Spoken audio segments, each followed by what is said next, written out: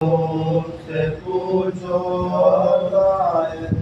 ہے صبر میں، غریبوں سے پوچھو مزہ طالبوں، مطلوب سے پوچھو عاشق کی محبت دلے، محبوب سے پوچھو کہ جدا ہو دل کو، یعقوب سے پوچھو کہ جدا ہو دل کو،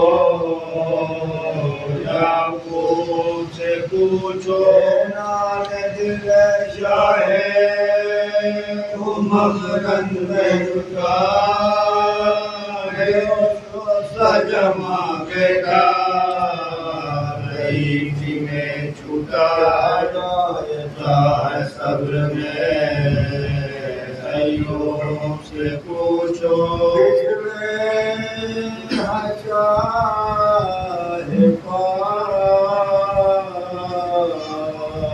برابر کے پسر سے آنکھوں سے بصارت گئی، آرام جگر سے ہے جو تجھے ہے جو رستے کما، یہ حال ہے اور پیاس میں 24 پہر، یہ حال ہے اور پیاس میں 24 پہر، وفا کوئی دم درد جدائی نہیں دے، ہر اندھیر ہے دن کو دکھائی نہیں دے گا، ذائقہ ہے صبر میں، ایوب سے پوچھو دربار کے خلق سے ہے یہ حال شاہ والا غضب کہتے ہیں، پڑھ پڑھ کے یہ آدھا تمہیں کچھ حوصلہ لڑنے کا نہ ہو، عباس کی حشمت میں تمہیں ناز کیا، عباس کی حشمت میں تمہیں ناز کیا، اب آپ کا وہ جعفر تیار کہاں، وہ فوج کہاں ہے، وہ علمدار کہاں، ذائقہ ہے صبر میں، ایوب سے پوچھو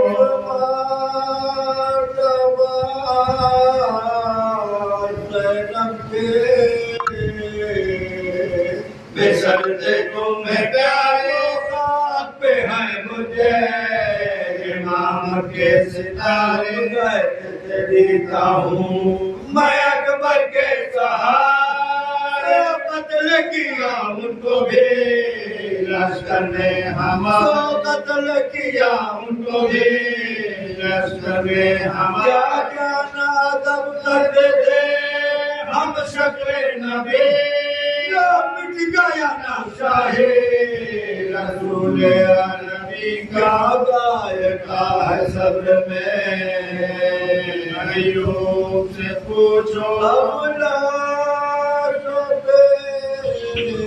کیا روتے ہو، پھر بنے میں جاؤ ہاتھوں پہ بچہ کوئی، اصغر سالیاں سے مارے اسے تم قبر بنا، قاسم سا بھتیجا ہو کوئی اور، قاسم سا بھتیجا ہو کوئی اور، تو لڑنے کو اسے بھیجو نوشا بنا، لاش کو پامال کرے دیکھو تمہارے، ہم لاش کو پامال کرے دیکھو تمہارا، ہے صبر میں، ایوب سے پوچھو جو کسر اور ہو، اکبر صاحب تمہارے میں سے زینب کو نکلواؤ دوبارہ، ہوئی ماما نہیں تم نے رکا، اکبر نہیں عابد کا کرو داد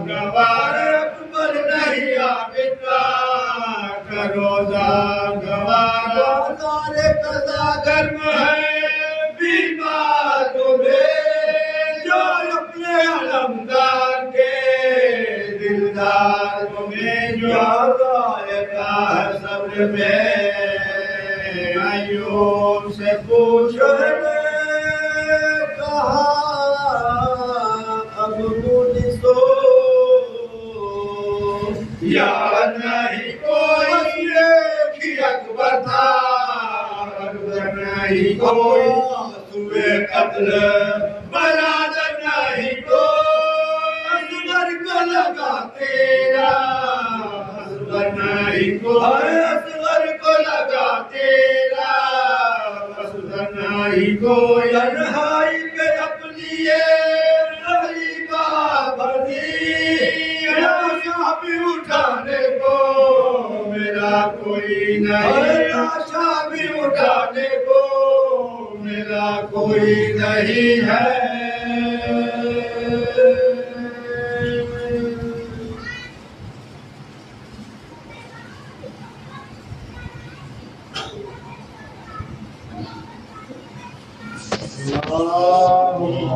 صلی اللہ محمد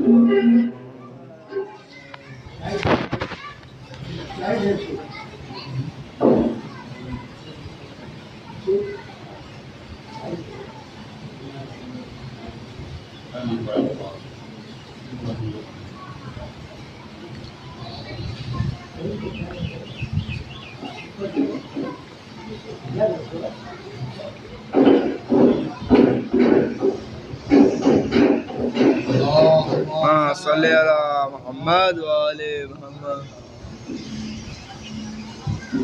أعوذ بالله من الشيطان الرجيم بسم الله الرحمن الرحيم الحمد لله الذي لا يضر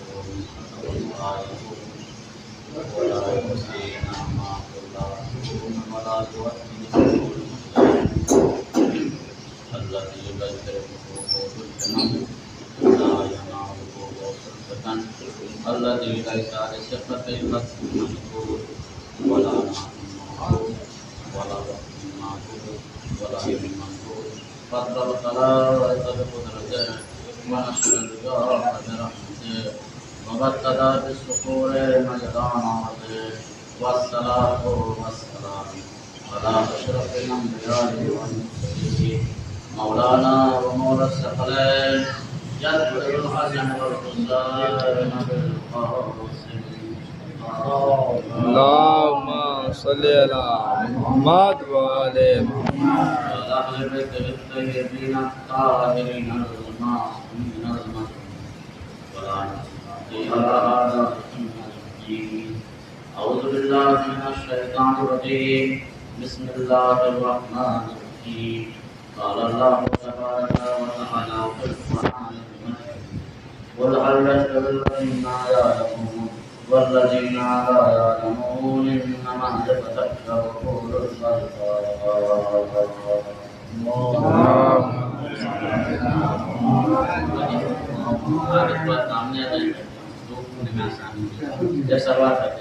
اللهم صل على محمد وآل محمد. معذرت کے ساتھ زیادہ نہیں کرتے آپ لوگوں کے سامنے جیسا کہ آپ نے پچھلے مجلس میں سنا اسے تو ریپیٹ بات کو آگے بڑھانا ہے.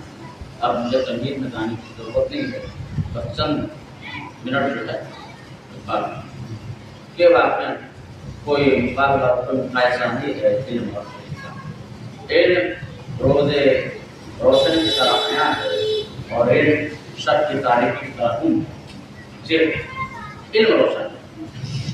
اب جو کوئی بھی علم کی طرف آئے گا وہ بڑے سے بڑے کارنامے کو سچ ہے کہیں وہ گمراہ ہے.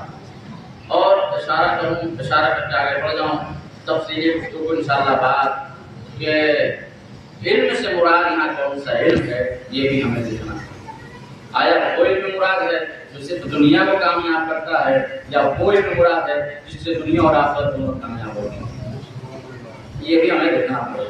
اب اس کے لیے وقت ہے جو درکار کی بات اور اہل بیت کا کام یہ رہا اور پیغمبر اسلام کا کام یہ رہا کہ اصل علم سے لوگوں کو آشنا کیا جائے اور اصل علم سے لوگوں کو متصل کر دیا جائے. یہ الگ کا کام ہے. معرفت توحید میں ڈالنا اور معرفت وجود خدا کا جاننا اور اس کا حاصل کرنا بھی علم کا سب سے بڑا سرمایہ ہے. جو معرفت توحید سے دور ہو گیا وہ ہر شے ضرور ہوگا. اس لیے کہ حسین کا مشن اور حسین کا پیغام لوگوں کو کربلا پہنچانا نہیں، لوگوں کو توحید تک پہنچانا ہے. کربلا راستہ ہے توحید تک جانے کا، لیکن اگر کوئی جا کے حسین تک پہنچائے اور توحید تک نہ پہنچے تو گویا حسین صرف اپنے تک پہنچے. حسین یہ چاہتے ہیں کہ لوگ ذات حسین کے ذریعے پہچانے کہ جب ذات حسین میں یہ کمال ہے تو حسین کے خدا میں کیا کمال ہوگا.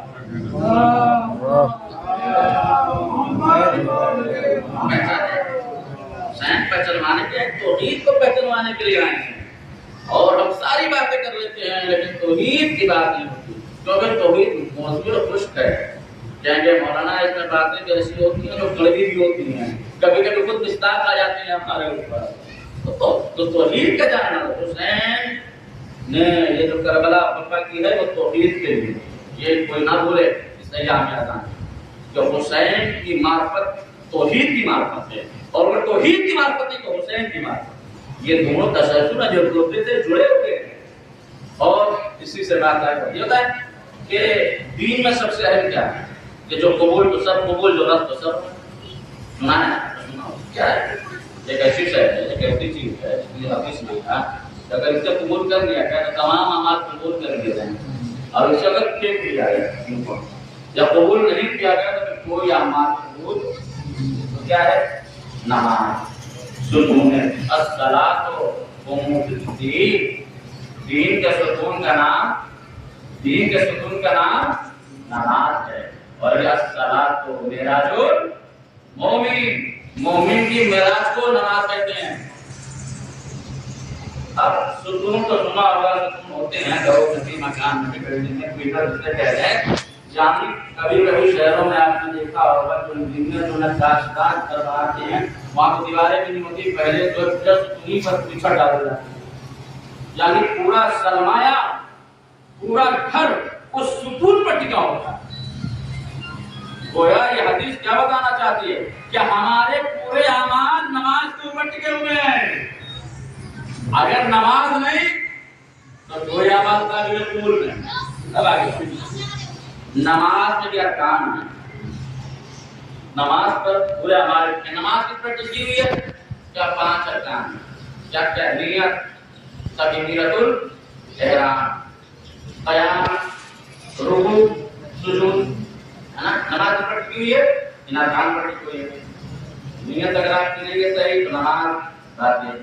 تکبیرۃ الاحرام تو پہلی تکبیر نیت کے بعد کی جاتی ہے، اسے صحیح صدا نہ کیا نہ تو نماز باطل. قیام رکوع سے پہلے اگر نہیں کیا تو نماز باطل. 2 سجدے چھوڑ دیے تو نماز باطل. بہت بچو یہ کیسے باطل؟ اگر آپ نے جان بوجھ کے چھوڑا تو بھی نماز، بھولے سے چھوڑ دیا تو بھی نماز، غلطی سے چھوڑ دیا تو بھی نماز، نہ جاننے کی بنا پر چھوڑ دیا تب بھی نماز. پتہ یہ چلا یہ ایسے ارکان ہیں جسے ہر حال میں ادا کرنا ہے.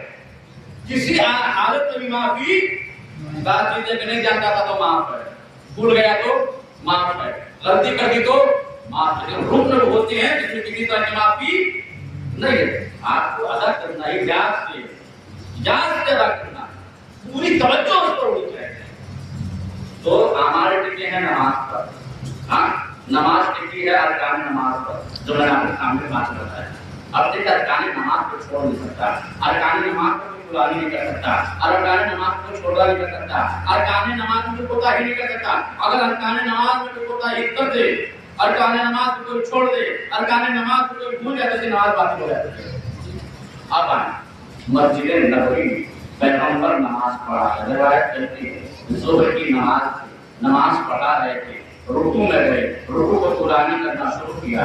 رکوع کو اتنا طولانی کیا، بہت توجہ، رکوع کو اتنا طولانی کیا کہ اصحاب پیچھے سے کہنے لگے کہ ہمیں یقین ہو گیا تھا کہ آج رسول رکوع میں ڈوب گئے.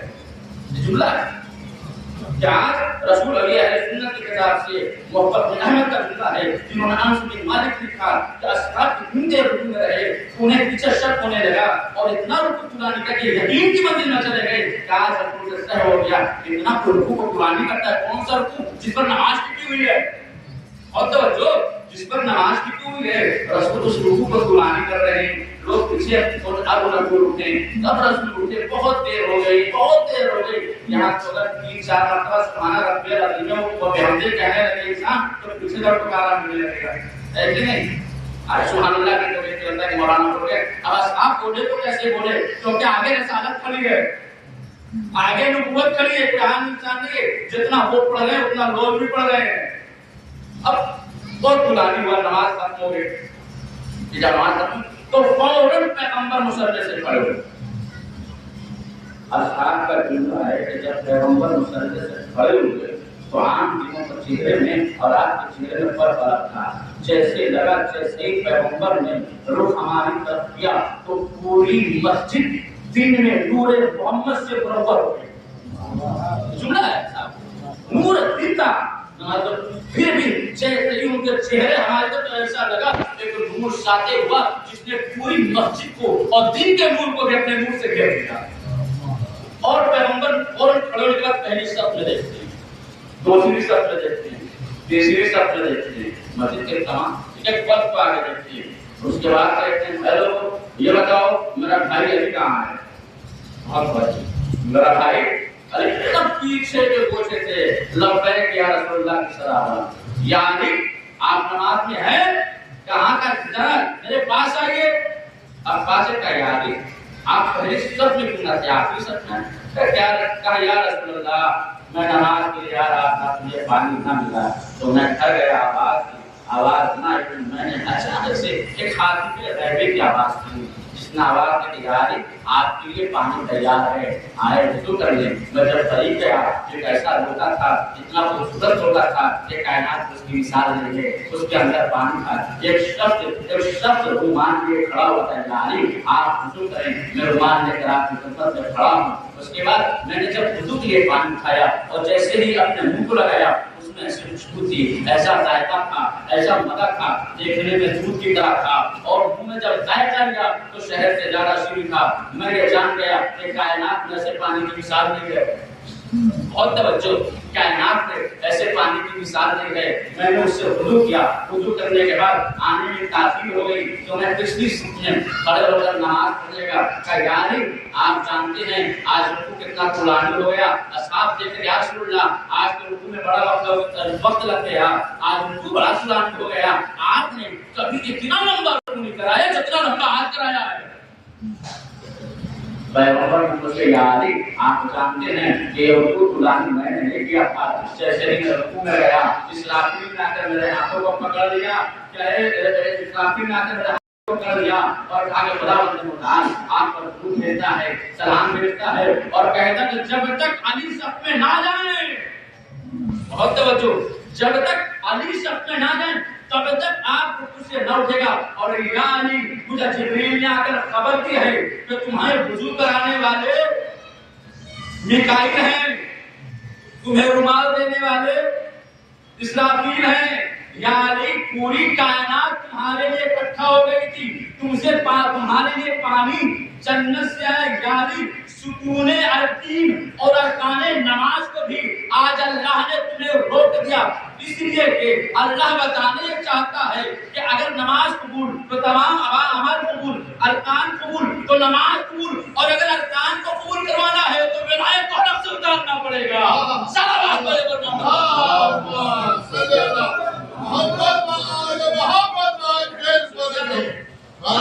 تو سب قبول، ارکان نماز قبول تو نماز قبول، اور اگر ولایت قبول تو ارکان نماز قبول، یہ سلسلہ ہے تو سب یعنی آپ کی وجہ یہ علی نے بس کر۔ اور ایک اور روایت ملتی ہے، ایک بچہ ہے بچپنے کا عالم ہے، پیغمبر کہتے ہوئے ہیں مسجد میں کھیلتے ہوئے نانا کے اوپر سوار ہوتا ہے۔ اب جو رسول اللہ ہے سجدے کو طولانی سبحان ربی الاعلیٰ ہو گئے، روایت ہے کہ 70 مرتبہ اس سے زیادہ سبحان ربی الاعلیٰ ہو گئے۔ اصحاب کے پیچھے 70 مرتبہ سبحان اللہ سبحان اللہ. اب رسول بچے کو ہٹاتے ہیں, اٹھ بھی نہیں رہے اور بچے کو ہٹاتے بھی نہیں ہیں.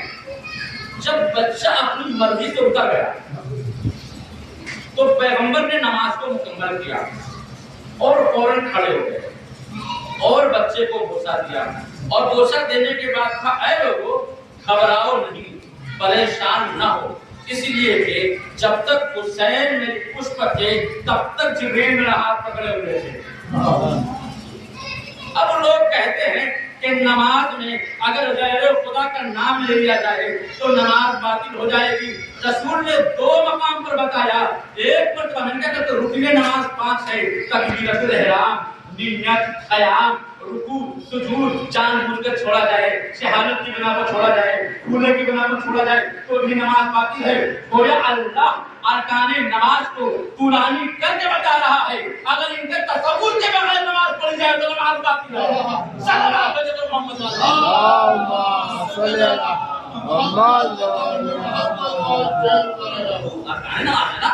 اس میں علی کو یاد دلایا, علی کے لیے رک جاؤ, سجدے میں کہا حسین کے لیے رک جاؤ, کیونکہ یہ باپ اور بیٹا ہی اس نماز کو قائم کرنے والے ہیں اور اس نماز کو جو قائم کرنے والے ہیں. یہ فضیلت علی بن ابی طالب, یہ فضیلت حسین جس نے نماز کو معراج کرایا, جس نے نماز کو قبول ہونے کا طریقہ پسند کیا, اور اسی نماز کے لیے